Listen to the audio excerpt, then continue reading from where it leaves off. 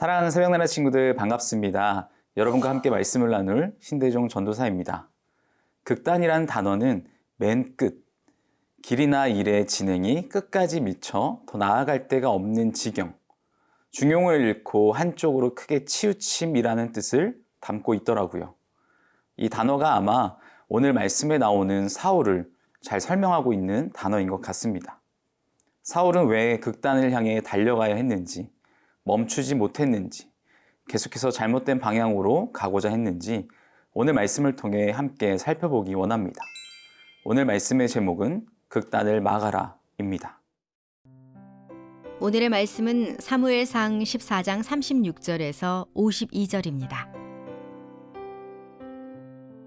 사울이 말했습니다. 우리가 오늘 밤 블레셋 사람들을 쫓아가서 동이 틀 때까지 그들을 약탈하고 그들 가운데 아무도 살려두지 말고 없애버리자. 백성들이 왕의 생각에 가장 좋으신 대로 하십시오 하고 대답하자 제사장이 말했습니다. 여기서 먼저 하나님께 여쭈어 보시지요. 그러자 사울이 하나님께 물었습니다. 제가 블레셋 사람들을 쫓아가야 합니까? 이스라엘의 손에 그들을 넘겨주시겠습니까? 그러자 그날 하나님께서는 사울에게 대답하지 않으셨습니다. 그러자 사울이 말했습니다. 너희 모든 백성의 지도자들아, 이리로 오라. 오늘 이 일이 누구의 죄 때문인지 알아보자. 이스라엘을 구해내신 여호와의 살아계심으로 맹세한다. 만약 그 죄가 내 아들 요나단에게서 나온다 해도 그는 죽게 될 것이다. 그러나 그들은 아무 말도 하지 못했습니다. 그때 사울이 모든 이스라엘 사람들에게 말했습니다. 너희는 그쪽에 서 있으라. 나와 내 아들 요나단은 이쪽에 서 있겠다. 그들이 대답했습니다. 좋으신 대로 하십시오.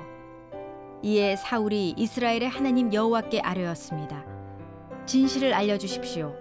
그러자 요나단과 사울 쪽이 뽑혔고 백성들은 벗어나게 됐습니다. 사울이 말했습니다. 나와 내 아들 요나단을 두고 제비를 뽑아라. 그러자 요나단이 뽑혔습니다. 그때 사울이 요나단에게 말했습니다. 내가 무슨 짓을 했는지 말해보아라. 그러자 요나단이 사울에게 말했습니다. 저는 지팡이 끝으로 꿀을 조금 먹었을 뿐입니다. 그러나 죽을 각오는 돼 있습니다. 사울이 말했습니다. 요나단아, 너는 죽을 수밖에 없다. 그렇지 않으면 하나님이 내게 더 심한 벌을 내리실 것이다. 그러나 백성들이 사울에게 말했습니다. 이스라엘에 이런 큰 승리를 가져다 준 요나단이 죽어야만 합니까? 절대로 안 됩니다. 여호와의 살아계심으로 맹세합니다. 그의 머리털 하나라도 땅에 떨어져서는 안 됩니다. 그는 오늘 하나님과 함께 이 일을 해냈습니다. 이렇게 사람들이 요나단을 구해내어 그는 죽지 않게 됐습니다. 사울은 블레셋 사람들을 더 이상 쫓지 않았고 블레셋 사람들은 자기 땅으로 돌아갔습니다.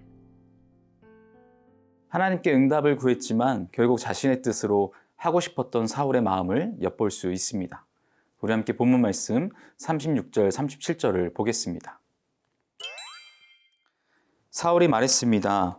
우리가 오늘 밤 블레셋 사람들을 쫓아가서 동이 틀 때까지 그들을 약탈하고 그들 가운데 아무도 살려두지 말고 없애버리자. 백성들이 왕의 생각에 가장 좋으신 대로 하십시오 하고 대답하자 제사장이 말했습니다. 여기서 먼저 하나님께 여쭈어 보시지요. 그러자 사울이 하나님께 물었습니다. 제가 블레셋 사람들을 쫓아가야 합니까? 이스라엘의 손에 그들을 넘겨주시겠습니까? 그러나 그날 하나님께서는 사울에게 대답하지 않으셨습니다.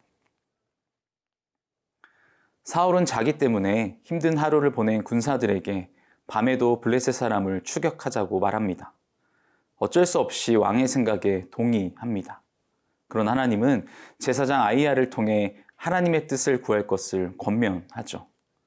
아마도 사울이나 아이야는 하나님의 뜻이라고 선포하며 군사들을 내몰아 쉼없이 블레셋 군대를 쫓게 하려 했겠지만 그 시도는 실패하고 말았죠. 하나님이 사울에게 응답하지 않으셨기 때문입니다. 사울이 기도한 것은 무엇인가요?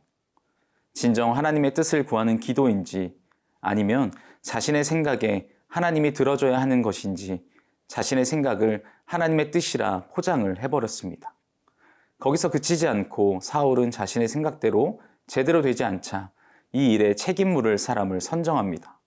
진정 누구에게 잘못이 있는지 생각해 봐야 하지만 왕이 그렇게 제안하니 모두가 왕의 생각대로 하는 것에 동의하게 되었습니다.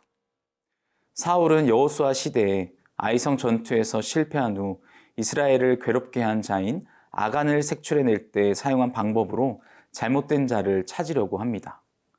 그런데 제비를 뽑으니 다름 아닌 사울의 아들 이스라엘이 큰 승리를 얻게 한 요나단이 뽑혔습니다. 요나단이 죽을 위기에 처하자 지금까지 마지못해 사울의 말을 따르던 군사들이 사울을 저지하기 시작했죠. 군사들은 이스라엘의 큰 승리를 가져온 이가 하나님과 동행한 요나단이며 사울이야말로 이스라엘을 괴롭히는 자였기 때문이죠. 사울이 보여준 모습은 하나님의 뜻과는 상관없이 균형을 잃고 바르게 판단하지 못하는 지경에 이르렀습니다.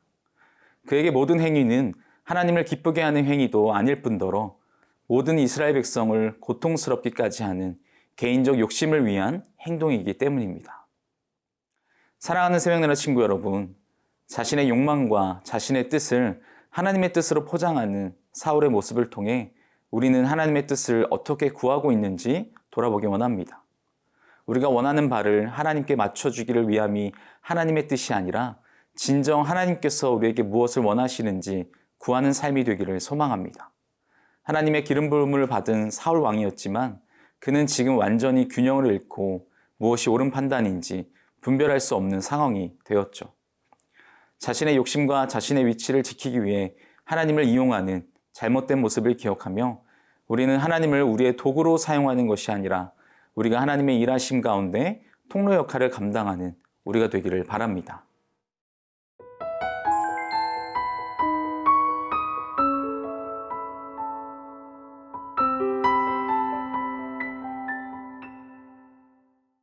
그래도 사울은 주변 나라들을 모두 이기는 업적을 세웠습니다. 그러나 그것과 별개로 주변 나라들을 닮아가는 어리석은 선택도 보여주죠. 우리 함께 본문 말씀 47절을 보겠습니다. 사울은 왕위에 오른 후 사방의 적들과 싸웠습니다. 모압과 암몬 사람들과 에돔과 소바 왕들과 블레셋 사람들과 싸웠는데 그는 가는 곳마다 승리했습니다. 하나님의 일꾼은 세상에서 사람들에게 칭찬과 박수를 받는 것보다 하나님의 평가를 더 중요시해야 합니다. 사울도 마찬가지로 주변 나라들과의 전쟁에서 승리하는 업적을 남겼죠. 이것만 보면 사울은 그래도 자신의 일부분이지만 맡겨진 역할을 잘 감당했습니다. 왕비를 통해 왕자와 공주들을 얻고 사촌 아브넬을 군사령관으로 임명하여 왕권을 세워나갔습니다. 그중 가장 큰 변화는 이스라엘을 상비군으로 구성되었었는데 이전에는 전쟁이 시작되면 백성 중에서 싸울 자들을 모집하고 전쟁이 끝나면 각자의 생업으로 돌아가게 했었죠. 그러나 사울은 직업군인들로 군대를 구성하여 블레셋과 큰 전쟁을 이어갑니다. 이런 방법은 당시 왕정국가와 그 왕들의 전형적인 모습이었습니다. 결국 사울은 종교적 열심을 내면서 마치 자신이 누구보다 더 하나님을 의뢰하고 믿고 따르는 것처럼 보여줬지만 실제로는 주변 국가의 왕들이 행하는 바를 그대로 따르고 있었다는 것입니다. 많은 전쟁을 치르다 보니 주변 국가가 행하는 바가 더 왕정을 굳건하게 운영할 수 있었을 것 같은 판단이 사울에게 섰겠죠. 그러니 자연스럽게 하나님의 뜻은 구하지도 않고 자신의 생각대로 밀고 나가는 것입니다. 이는 무모한 열정만 있는 허울뿐인 신앙에 불과하다는 것이죠. 기름 부음 받아 왕으로 세워진 사울도 그 자리에서 하나님에 대한 신뢰를 잃고 눈에 보이는 세상의 방법들을 따라가는 과오를 범합니다. 진실한 신앙이 무엇인지 알지 못하고 그저 세상이 흘러가는 대로 그 방법을 따라 나아가는 안타까운 모습을 보여주죠.